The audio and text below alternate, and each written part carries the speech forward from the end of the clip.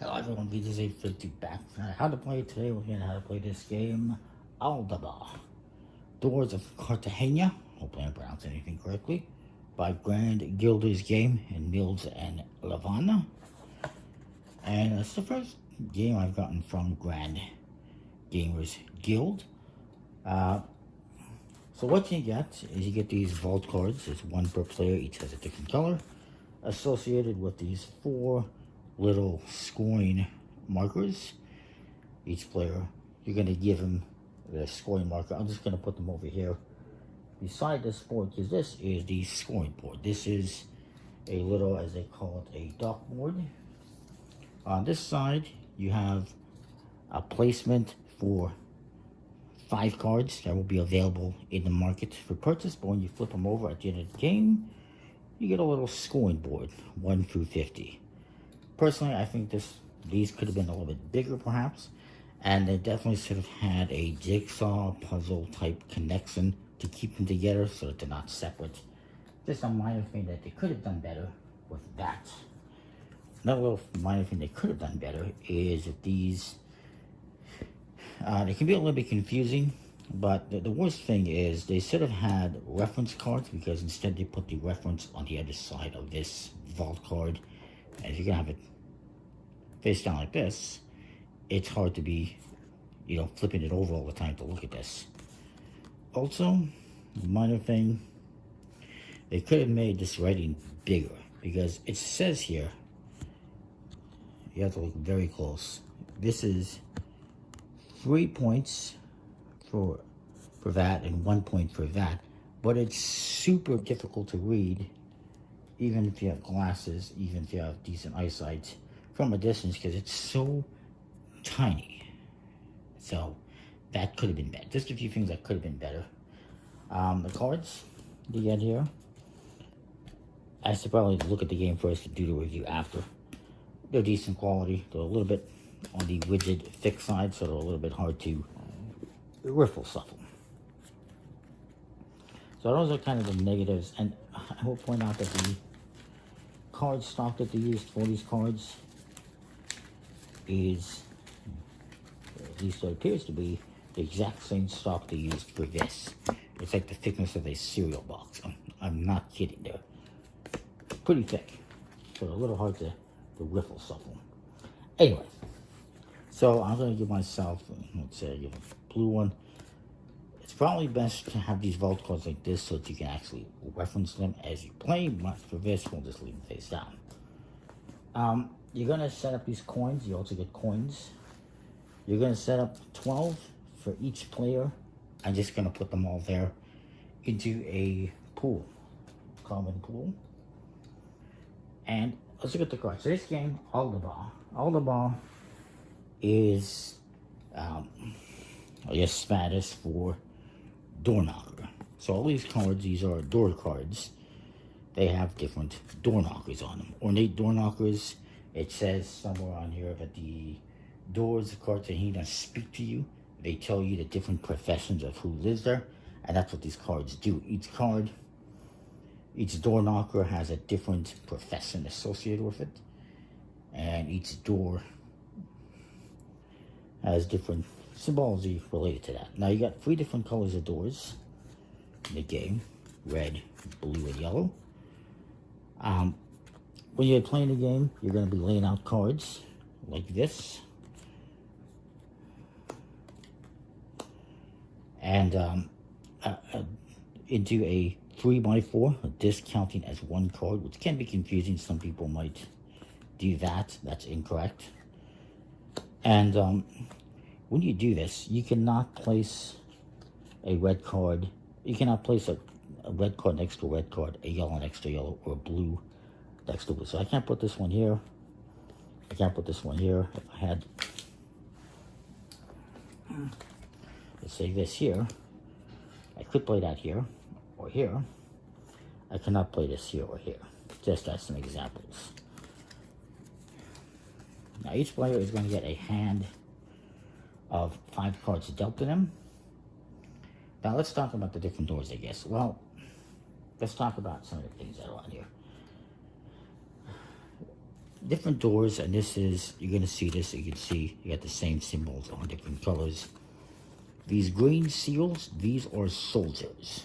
And the soldiers will give you points for every noble that is in your block. This is going to be your block. So every noble that is these diamonds, red diamonds, every one of those that you have in your block, this would count as, I guess, I guess I would count as one, because it's one door. But every one of those you have is going to give you points for whoever has the most or second most. If you have the third or fourth, you get none. And each one has different abilities as well.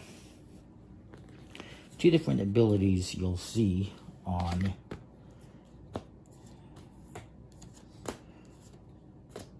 these ones.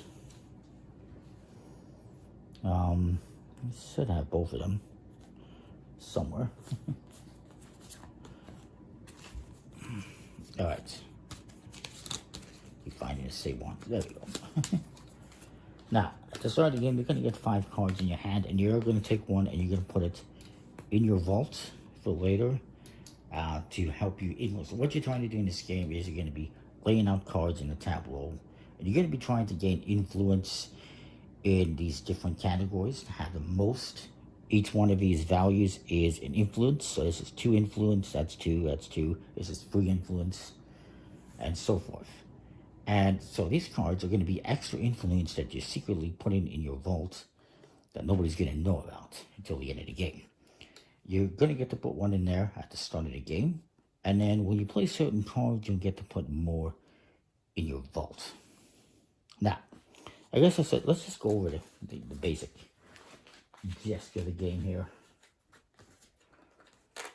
And then we'll explain what everything means. So each player is going to get 5 cards dealt to them at the start of the game.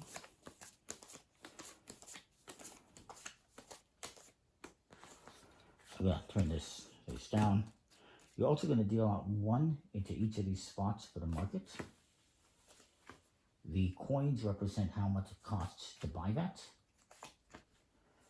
So currently these 2 are free. This is 1, 2, and 3. And you put this over here. Now, if I were to take this one on my action for $1, I would slide these over and add a new one to the end. You're always going to add a new one to the end immediately after purchasing one. And you will slide everything over. The coins will all go over here to the side. Each person's going to get the scoring token. I'll put these ones aside. They're really small, so try not to lose them. And you start off your turn, you're going to take one of your cards that you want to try to use for influence. Maybe I want to do the fissures. That's what the blue one is. That's what the water is. And I'll put that under here, and my opponent's going to do the same.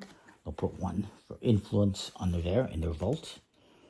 And then we're ready to go. On your turn, you're going to have 2 actions you can do, and you can do the same action twice. One action is you can take 2 coins and put them over here to the left of your board, which is going to be your purse or your purse if you want to be masculine.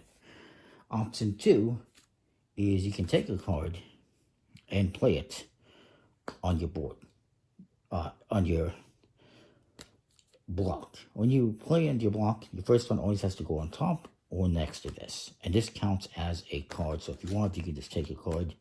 You could just get rid of this and use this as your vault face down. Just remember that that is your vault, but we're not going to do that for now. I'll just put this one here. That's the second action. The third action you can do is you can buy a card. So 3 actions you can do on your turn. You're going to do 2. You can collect 2 coins. You can play a card, or you can buy a card. So then that would be my turn. I got 2 coins and I played a card. Now this one does have an action. This action is always going to be active. This action, I'll go over them afterwards, but this says that whenever I have to verify with that. I have to look that up, sorry. It says that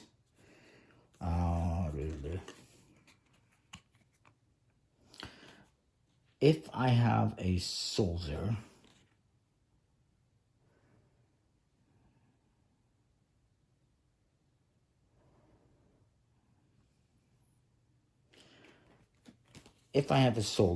I can get these cards for 1 coin less, basically, if I recall correctly. But I don't have a soldier, so I'm not going to take this action, and that ends my turn. My opponent's going to do the same thing. He's going to play his cards. Maybe he decides he wants to play this one. This one gets you free coins, so he's going to put it, let's say he puts it here, and he's going to get free coins automatically. And then maybe he decides to play this one as his second action. This lets you take a coin and put it under your vault for the end game scoring. And then that's his turn. Now it's going to come back to me. I'm going to play this one here. This one with these sun type symbols. That just means I get free victory points at the end of the game. And then maybe I decide to buy a card. I'll buy this builder. It doesn't cost me anything. That's going to be my turn. I'll slide these over. My opponent's going to go. Don't worry, I'm not going to go through the whole game. Now, he cannot play this one here because he can't play next to a red one, but he can play the yellow one. So he's going to do that.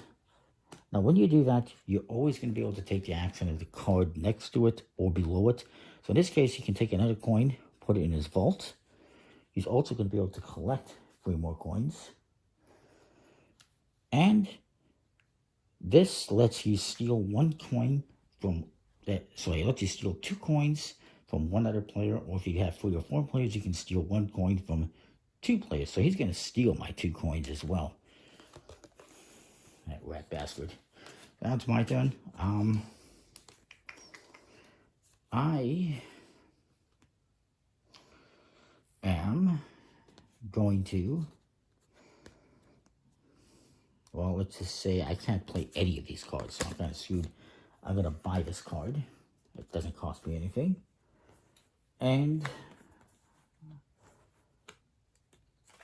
I'm going to collect 2 coins as well. And that's going to be my turn. So you're going to go keep going back and forth like this through the game. Remember, you cannot play a yellow next to a yellow. You can't play a blue next to a blue. And you can't play a red next to a red. You can't play the same color next to an existing color. So I can't play this one there because there's a blue, because there's a yellow. I can't play this one because it's blue. I can't play it there. I could play it here. However, yeah, I can. I can play here. Or I can play here, I can play here. Now, if I had that one here, I cannot play this one here. You cannot leave a gap. So I would have to play this one here. And then maybe I play this one here. Maybe I play this one here.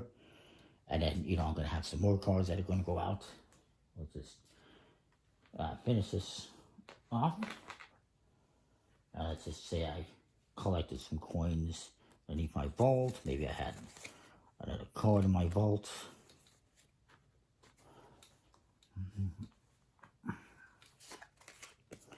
Maybe I had that here, maybe I had that here, and technically I can't put one here. I could put this one here, then maybe I can put this one here, then maybe I would put this one here, maybe I'd play that one and play that one.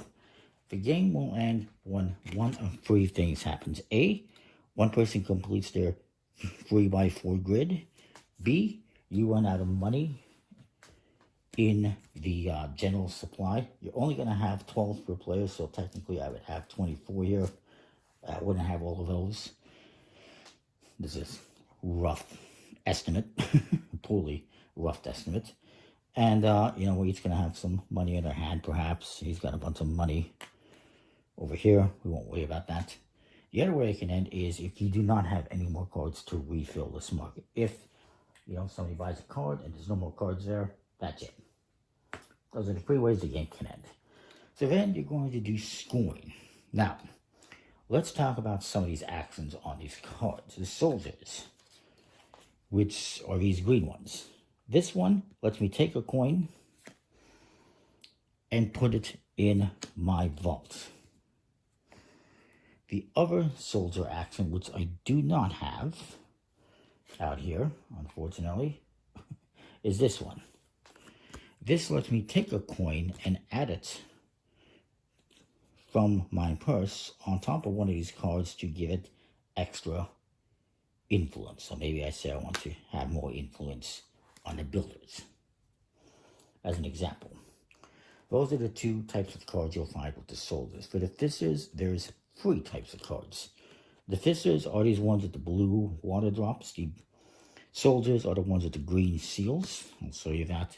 The fisters has this card. This one lets me draw 2 cards from the deck, and then I get to discard one and keep the other one. The other ability we have for fisters, another one that we have is one that we looked at already, which is this one, which lets me steal 2 coins from an opponent or 1 coin from 2 opponents. So 2 coins either way. It's just from 1 person or 2 people. The other action is this one, which lets me just collect 3 coins.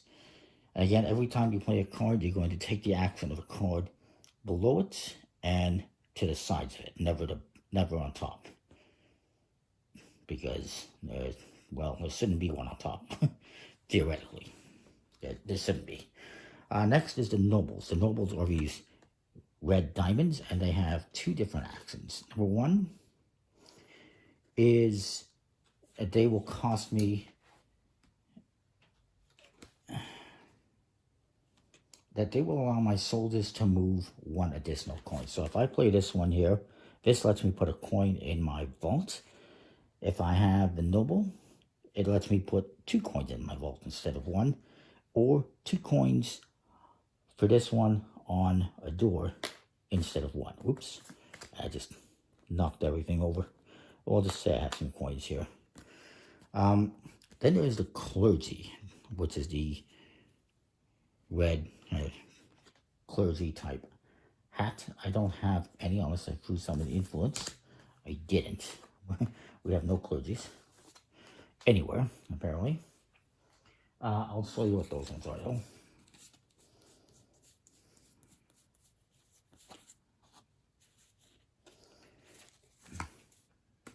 That's the one. That's the clergy. By the way, this is the clergy's door knocker. Each one has a different type of door knocker. These ones, the nobles, have a lizard door knocker. The fisters all have some kind of a fish or seahorse knocker. The builders all have some kind of a lion type knocker. And sorry, not the builders, the soldiers. The builders have this type of a knocker, which is like a compass, some kind of it's a compass or a I forget what it's called, geometry tool, angle tool. I should know this. I had it in my head earlier. I forget what it is. Protractor. It's a protractor or a compass. That's what it is. I don't remember which one it is. But anyways, the clergy has 1 action. That is, it can allow you to take 1 card and put it in your marker. Of course, that is if you play it on your board. Otherwise, you don't get the action. You only get the action when you play it. And then, finally, we have the builders, which have basically 1 action. There's a builder. It lets you, when you buy a door, it's 1 coin cheaper. So this would be free, this would be 1, this would be 2 if I have a builder, which I do. So if I activated that ability, I would get a door for, well, this I would get to use at any time. These symbols here that are infinity symbols, that basically means it's available to you always. So this, whenever I put down a soldier, I would get to put down 2 coins instead of 1 on a door or in the vault. This one, basically that means that whenever I buy a door, it's going to be cheaper. I mean, if you get 3 of those, it's going to be all free. You're not going to have to pay anything at all. So that would be good. And if you start doing that, your opponent's going to be like, no, I'm not going to let you have that builder. And they're going to buy that one. And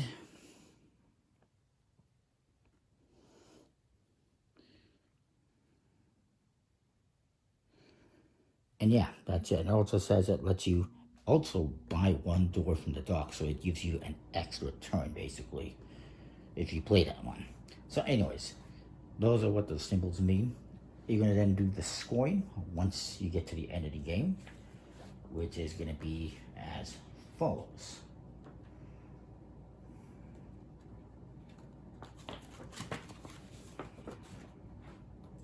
So, you're going to flip this over, you're going to put these away, flip this over, and you're going to score points based on what you have. You're going to score 2 points for each coin in my vault. So I have 4, so I'm going to get 8 points. I would mark that down. And then I take these and put them in my purse. And I'm going to take these out of my vault as well and see what they do. So then,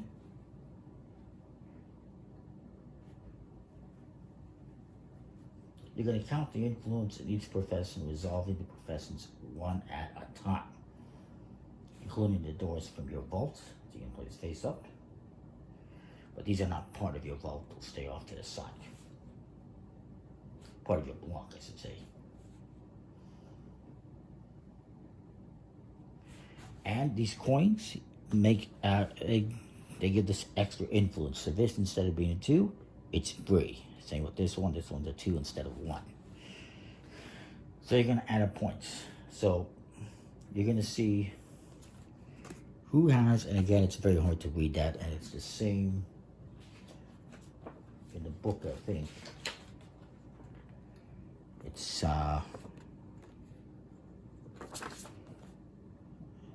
not much better in the book. I guess it's a little bit better. So, let's just do that. Soldiers. If you have the most soldiers, you will get 3 points per noble in your block. So let's say I had the most soldiers. I'm going to look at nobles. I got 3 nobles. So again, each profession is going to have a different influence. You got to keep all that in mind when you're playing. So, for example, soldiers. If you have the most soldiers, I have 2, 3, 4 currently. Sorry, 1, 2, 3, 4, 5, 6. If I have the most, then I'm going to get 3 points per noble in my block. These do not count for your block. And for nobles in the block, I guess I have 3, 4. I don't believe you count the influence for that, just how many you have. So I have 4. So I'm going to get 3 points for each. That means I'm going to get 3, 6, 9, 12 points. And I would move this up to, I believe that's 20. See, I don't like that. You can't slide it over. I do nothing. Then fisters. You're going to resolve these in order, looking at all players. So if you have the most fisters, the most influence in fisters, the most value. Currently I have 1, 2, 5, 6, 7, 10, 11. I would get 1 point for influence in my hand. And second person would get 1 for every 2 influence. And second person for soldiers would get 1 point per noble. So if I was in second place, I would just get 4 points instead of 12. Fisters, if you're in second place, you're going to get 1 for every 2 influence in my hand. In your hand, you're going to look at what you have in your hand. I got 3 influence for fisters.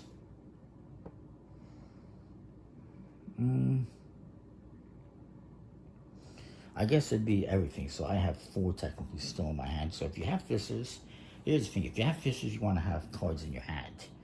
If you don't have influence in fisters, that doesn't matter so much. If you have soldiers, you want to have nobles. You know, different things influence different things. So you're going to want to collect different things, play different things based on what you have. You want to have nobles if you have soldiers.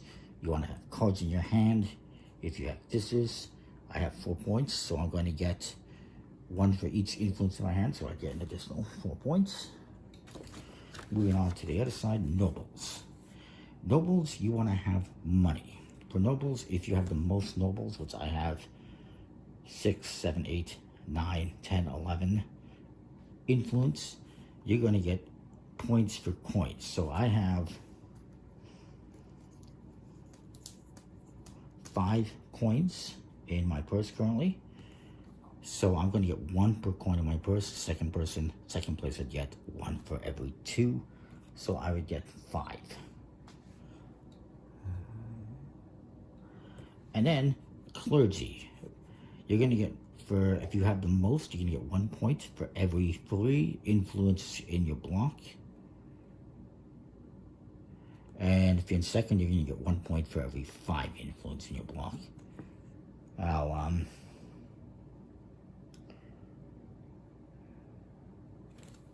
I don't have any clergy, so I don't have to worry about that. But,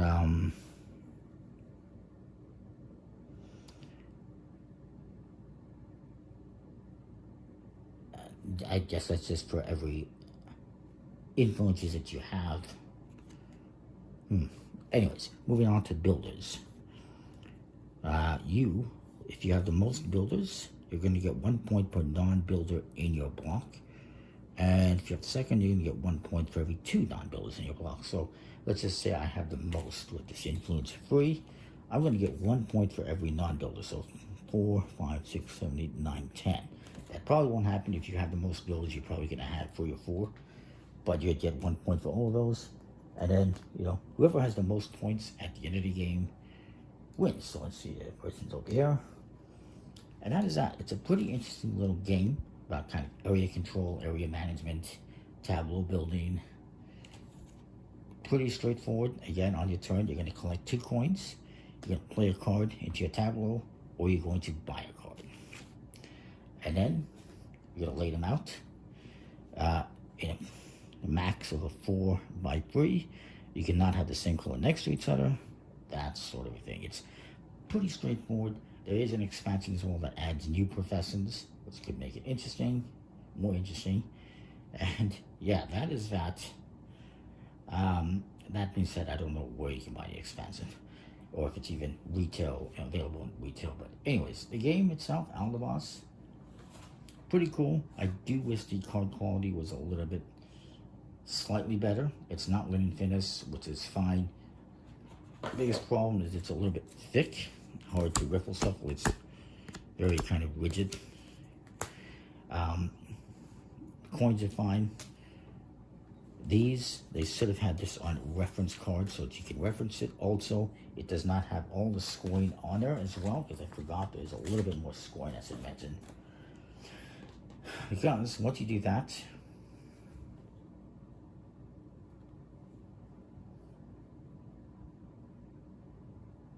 whoever has the most total influence from the same sources as profession-based influence scores 3 points. So if I have the most overall influence, I'm also going to get 3 points if I'm reading that correctly.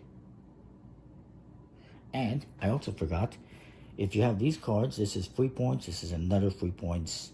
These cards give you points at the end of the game as well. So I'm going to be like way over here somewhere in terms of points. So those are all the points you're going to get. You're going to get points based on if you have the most influence of a certain profession. You're going to get points for these victory points here. That's it. You have on your cards.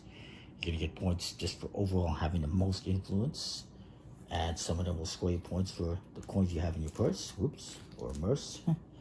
And so forth. So just a little scoring I wanted to add on there. That's the game. Fairly straightforward. There is a solo mode. I'm not sure how that works yet. And that is that. Just like I said, a few minor things. This could have been better, bigger perhaps, joined. I don't know. There's just little things that could have been better in this game. But the game itself is fine. Pretty interesting. It's just some of the components could have been slightly better in my opinion. As that, comment, like, subscribe, and what you think. We'll see you next time. More things for watching.